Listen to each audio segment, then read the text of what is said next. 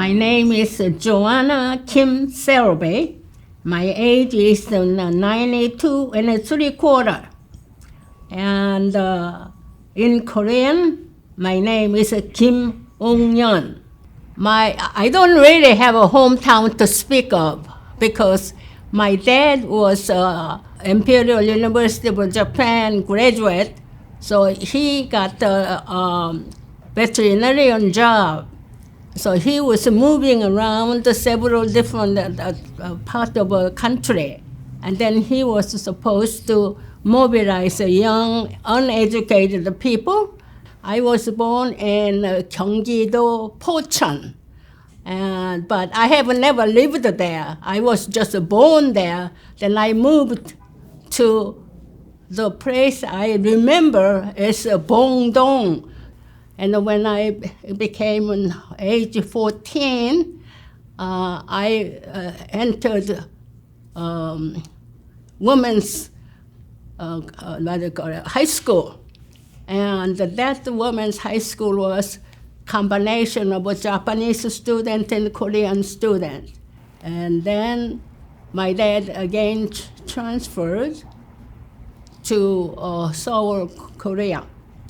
And so we were ready to go to Seoul. As we just heard Japanese emperor made announcement. He says he lost the war. So he will be under MacArthur's instruction. And that where Tojo Hideki was the prime minister then. So he took emperor's place. Our life has changed completely because my dad was a Japanese officer because he had a veterinarian's degree and he was practicing there.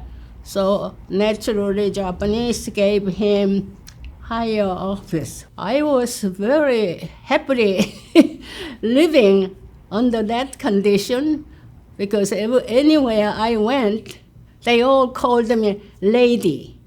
Although I was only 10 years old, but even Japanese called me lady. So I had a very good life during that time. But after Japanese lost the war, our life has changed. In 1950, around there, 1950 in December, we have to evacuate from Seoul to Busan. And then we became homeless because no place to move. So there, my dad went to veterinarian office, and somehow he got one room. That place was right next to quarantine office. And then they had a lot of refugees. They were all refugees came from North Korea. Then as armistice was, became law, so we were able to come back from Busan to Seoul. And when I came back, our house was gunshot riddled.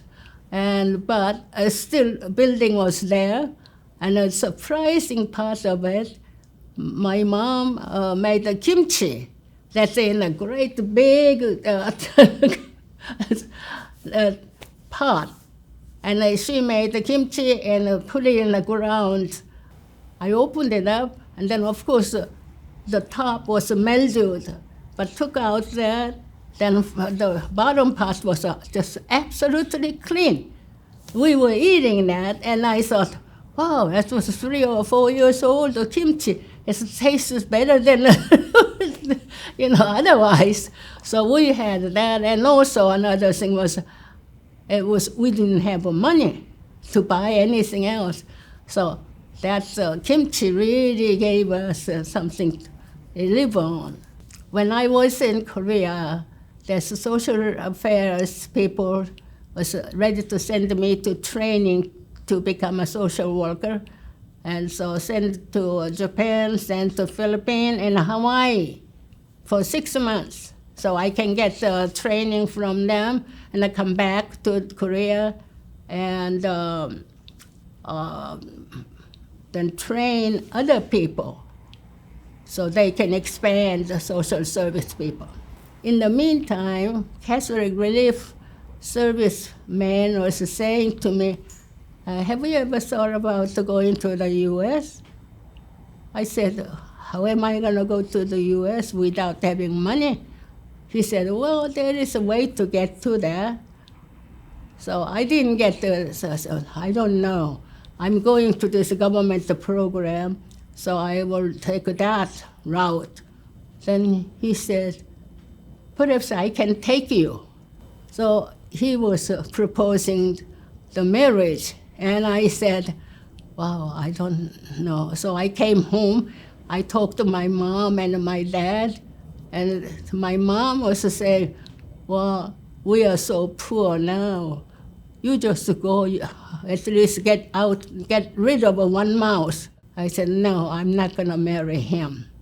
In the afternoon, he come and pushing me, why don't you get the paperwork done and what's going on? Then I said, okay.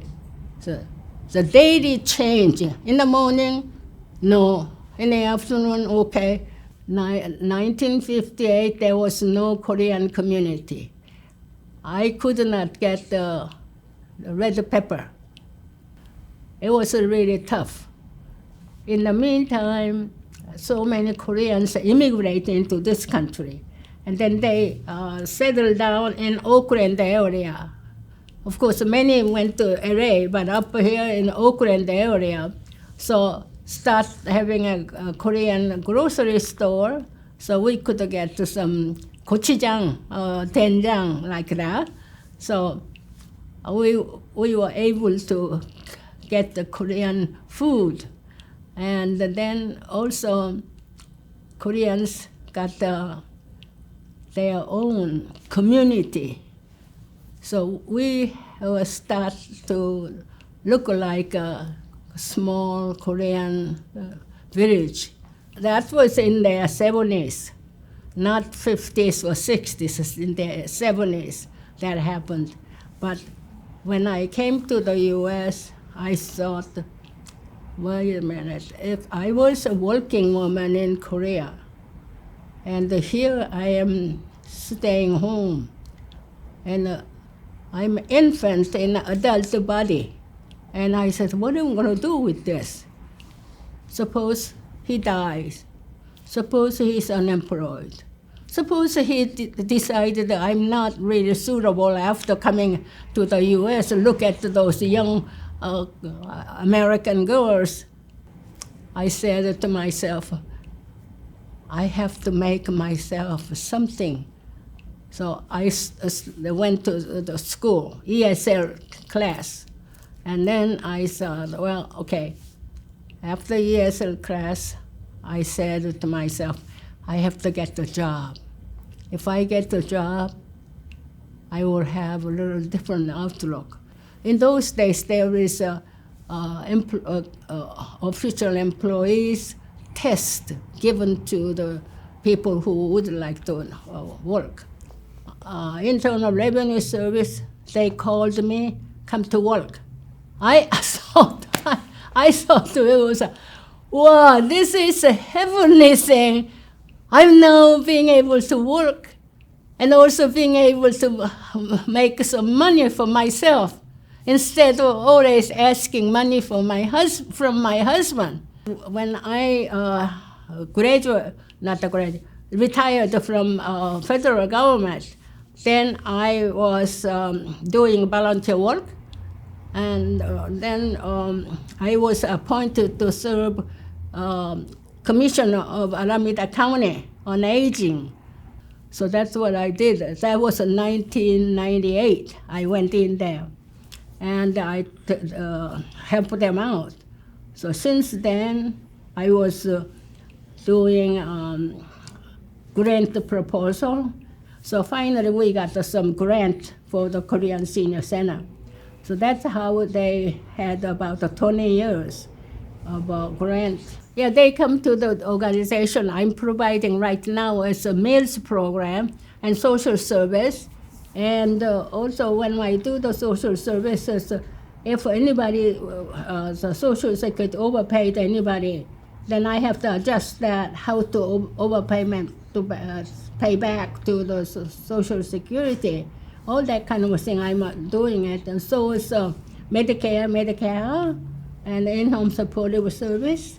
And also what I do is housing apartment. We coordinate, so we will talk together. That kind of thing I'm doing. Before the COVID, I had 50, 60 people. Now about 30 people. I hope somebody who is willing to do community work instead of thinking money only, and then do the service. That's why I was so happy to see all these young people are doing big projects like that. Yeah.